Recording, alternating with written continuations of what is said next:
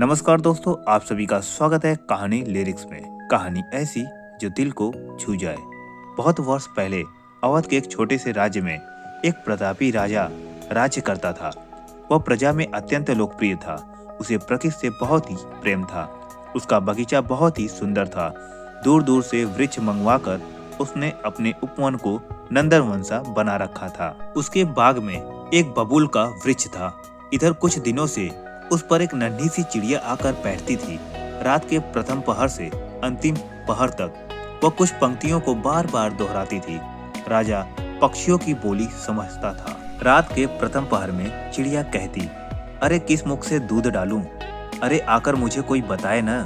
रात के दूसरे पहर में वह बार बार कहती, इस जैसा कहीं नहीं देखा। रात के तीसरे प्रहर में दुखी और उदास स्वर में कहती, अब हम क्या करें, बताओ ना अब हम क्या करें। राजा हर रात चिड़िया की बातें सुन सुनकर चिंताग्रस्त हो गया। वह हर पल उन बातों का अर्थ निकालने का प्रयास करता। नन्ही सी चिड़िया ने उसके मन की शांति छीन ली थी। एक दिन उसने अपने कुल पुरोहित को बुलाया, जो कि अत्यधिक विद्वान थे। राजा ने उन्हें उस नन्ही सी चिड़िया के सारे वाक्य सुनाए। कहा कि वह उनका अर्थ समझाए। पुरोहित जी भी चकित रह गए। उन्होंने महाराज से 24 घंटे का समय मांगा और घर चले आए।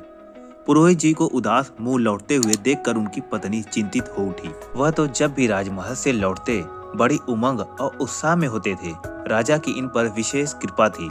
उनके पास महल, दास, दासियां, हीरे जवाहरात सभी कुछ तो था।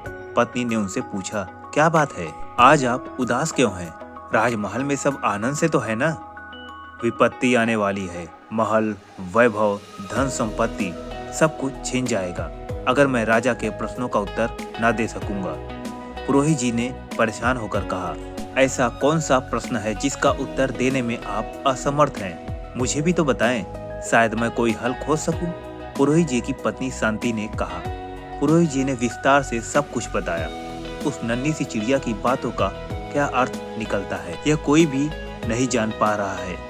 शांति ने उन्हें आश्वासन दिया, महाराज से कहिएगा कि कल राज्यसभा में उन प्रश्नों का उत्तर मेरी पत्नी देगी। महाराज बिल्कुल चिंता न करें। दूसरे दिन पुरोहित जी ने महाराज को अपनी पत्नी का संदेश दिया। राजा ने शांति को बुलाने के लिए पालकी भेजी। राज दरबार में रात के समय एक विशेष सभा का आयोजन किया गया। एक पर्दे की आड़ में पुरोहित जी की पत्नी के बैठने की व्यवस्था की गई। रात के प्रथम पहर में चिड़िया ने कहना प्रारंभ किया, किस मुख में दूध डालूं? महाराज ने इसका अर्थ पूछा तो शांति ने कहा, महाराज यह चिड़िया आधी बात ही कहती है। पूरी बात यह है कि रावण के 10 सिर थे।